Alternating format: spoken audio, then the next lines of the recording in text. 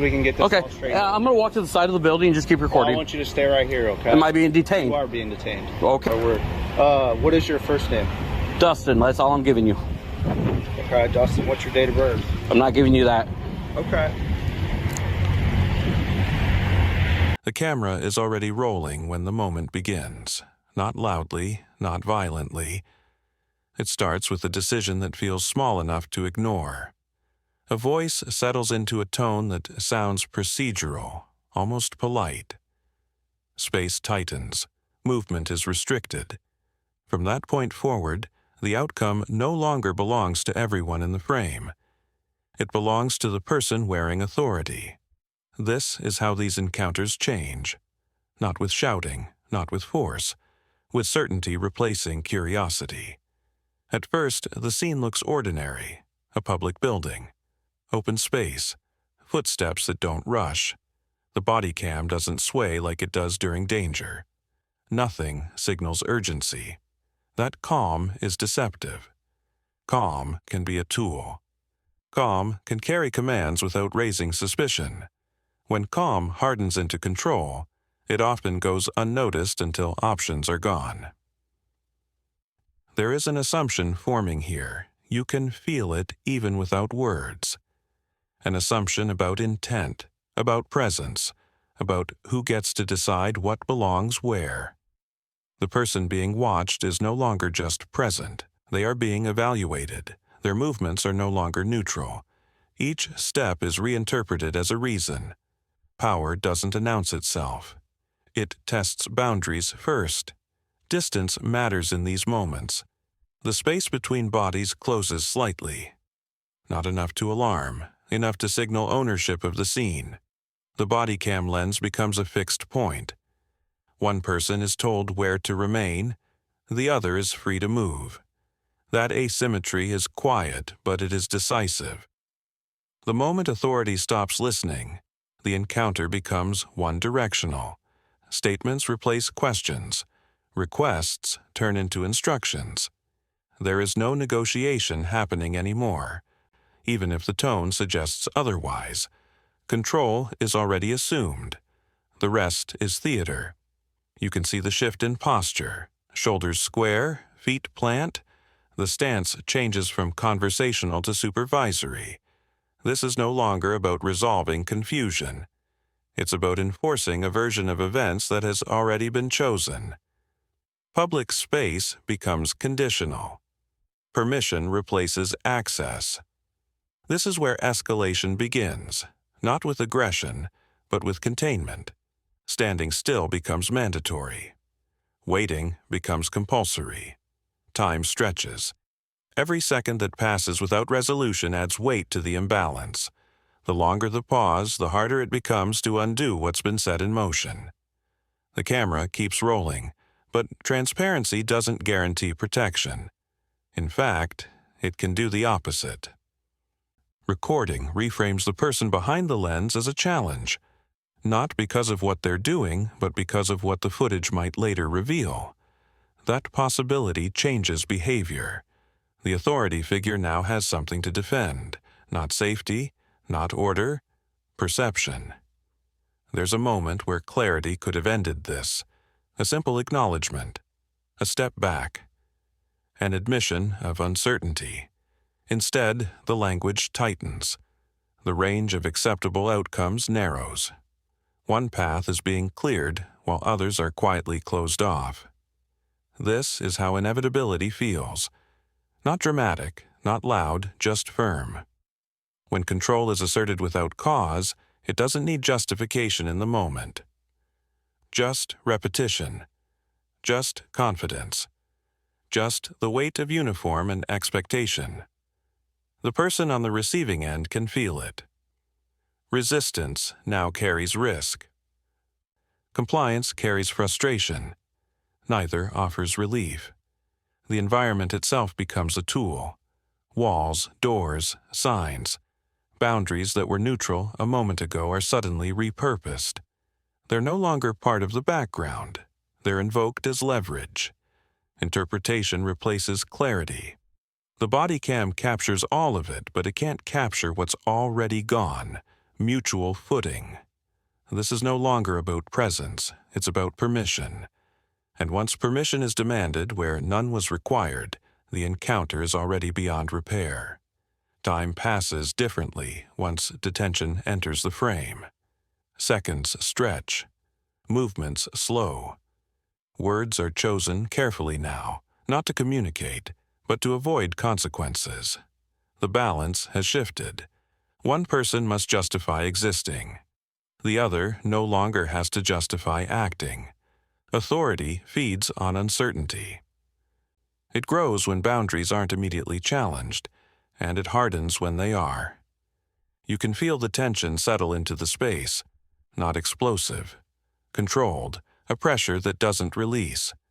The camera angle stays steady, but the scene isn't. It's tightening.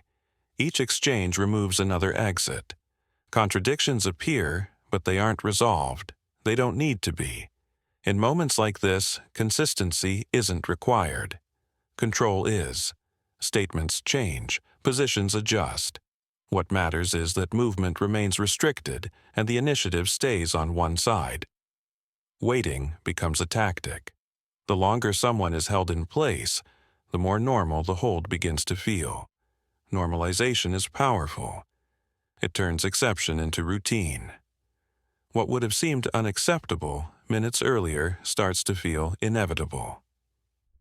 The presence of additional authority doesn't ease the situation, it compounds it. Each new arrival inherits the assumptions already made. They step into a narrative in progress.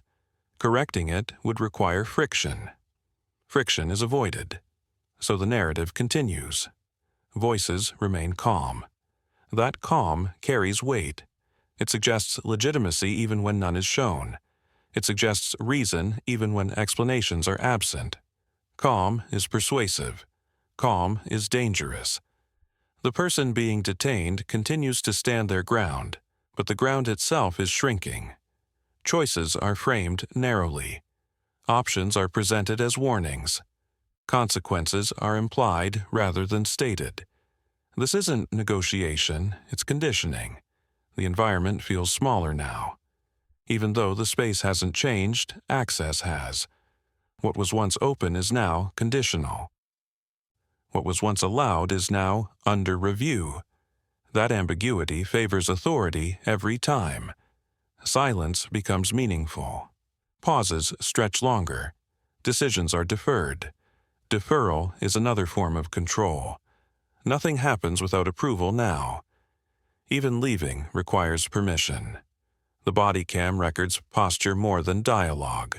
Arms at sides, hands visible. Stillness enforced. Compliance performed without agreement. These details matter. They show the cost of imbalance. Not physical, psychological. This is how encounters escalate without violence. Through restraint imposed from one direction only. There's a point where the presence of supervisors should shift the dynamic. It doesn't. The power structure remains intact. The hierarchy closes ranks, not out of malice, but out of momentum. Reversing course would mean acknowledging a mistake already shared. So, the path forward stays narrow. The person under scrutiny is no longer just an individual. They are a reference point, a comparison, a potential repeat of something that happened before. History is invoked without verification. Suspicion becomes transferable. That's another quiet escalation. Identity replaces behavior as the focus. The camera captures the weight of waiting, the stillness, the lack of resolution. This is where discomfort settles in. Not because something dramatic is happening, but because nothing is. The longer it lasts, the more difficult it becomes to justify ending it. And so it continues. Eventually, the tension doesn't break, it thins. Authority relaxes its grip not because it must, but because it can. That distinction matters. Release framed as discretion reinforces the imbalance rather than correcting it. The scene de-escalates on the surface. Voices soften. Language shifts toward resolution. But the power dynamic doesn't reset, it lingers, it always does. What remains is the residue of the encounter. Time lost. Autonomy interrupted, presence questioned. None of that is restored by a calm ending. The camera may stop recording later, but the impact doesn't. This is how trust erodes quietly, not through headlines, through moments like this that end without apology and without consequence. The authority figures exit the scene with their control intact. The person who was held remains with the experience. That asymmetry extends beyond the frame. Public space returns to normal, but only on the surface. The understanding has changed. The knowledge that access can be revoked without explanation stays with you. It alters how future spaces are entered, how movements are calculated, how presence is managed. The body cam footage becomes evidence of something that didn't quite happen and yet did.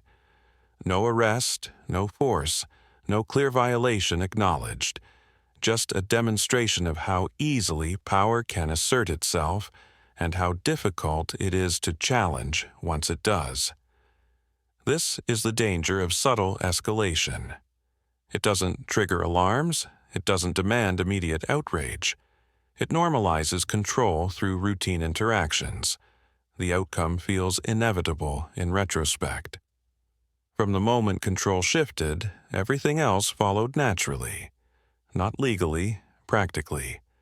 The camera captured the moment authority chose certainty over restraint. That choice didn't require justification in the moment. It only required confidence. And confidence, when left unchecked, is enough. When the scene ends, nothing appears broken, but something has shifted. The understanding of what public means, of what permitted means, of who decides. That shift doesn't reverse easily. This is how systems sustain themselves, not through constant force, but through moments that pass without challenge, through encounters that end quietly, through footage that shows just enough to make discomfort undeniable, but not enough to force accountability on its own. The inevitability wasn't created by escalation alone. It was created by silence, by pauses, by decisions that felt small at the time. And once those decisions are made, the ending is already written.